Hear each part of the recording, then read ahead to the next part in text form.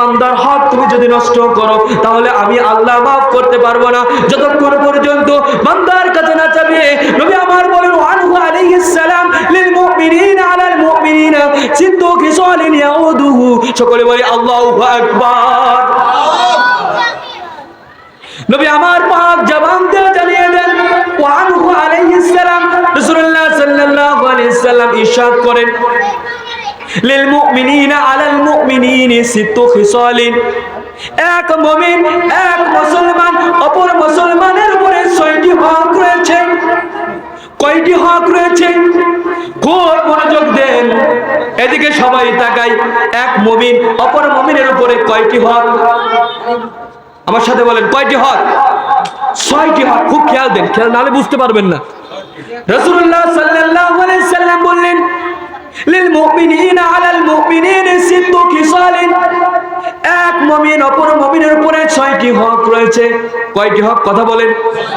6টি হক।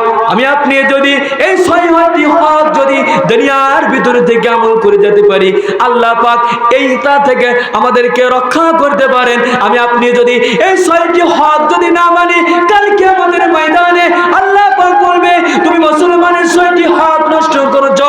আমরা আপনি কি জবাব দেব? ঠিক কিনা বলেন? সেই জন্য এটা আমাদের জানার প্রয়োজন আছে কিনা বলেন? রাসূলুল্লাহ সাল্লাল্লাহু আলাইহি সাল্লাম বললেন প্রথম নাম্বার ওয়ানহু আলাইহিস সালাম লিল মুমিনিনা আলাল মুমিনিনা সিদ্দু খিসালিন, প্রথম নাম্বার হলো ইয়াউদিদা মারিদা, রোগ আক্রান্ত ব্যক্তিকে দেখাশোনা করতে হবে। প্রথম নাম্বার কি? আমার সাথে কথা বলেন। রোগ আক্রান্ত ব্যক্তি কে দেখাশোনা করতে হবে? আরে আমরা কাদের কাজকে আসনে বসাই?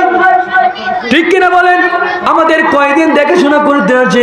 ঠিক এই জায়গায় নবী বলেন রোগ আক্রান্ত ব্যক্তিকে দেখাশোনা করতে হবে আমার আপনার উপরে। আমি আপনি যদি মুমিন বলে দাবি করি তাহলে আমার আপনার করণীয় কি? রোগ আক্রান্ত ব্যক্তিকে দেখাশোনা করতে হবে। ঠিক কিনা বলেন? আরে এখন অপর মুমিনের কথা কি করব? সন্তান যদি একটু ঢাকার বাড়িতে যায়, ওই মা বাবাকে যদি গ্রামের বাড়িতে রাখে, মা বাবা অসুস্থ হলে সন্তান দেখতে চায় না, এরকম কুলাঙ্গার সন্তান আমাদের সমাজ আছে কিনা? ঠিক কিনা বলেন?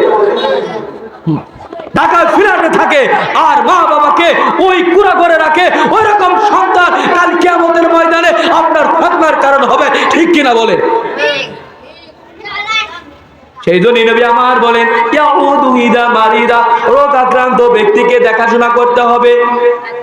আল্লাহ পাক আমার আপনাকে তৌফিক দান করে সকলে বলে আমিন।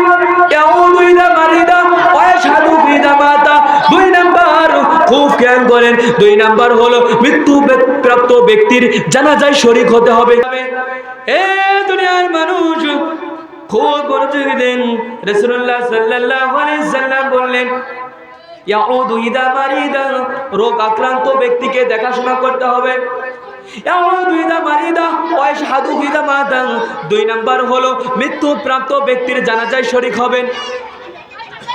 ওয়াজিব যা দাওয়া, কেউ যদি দাওয়াত দেয় দাওয়াত কবুল করতে হবে।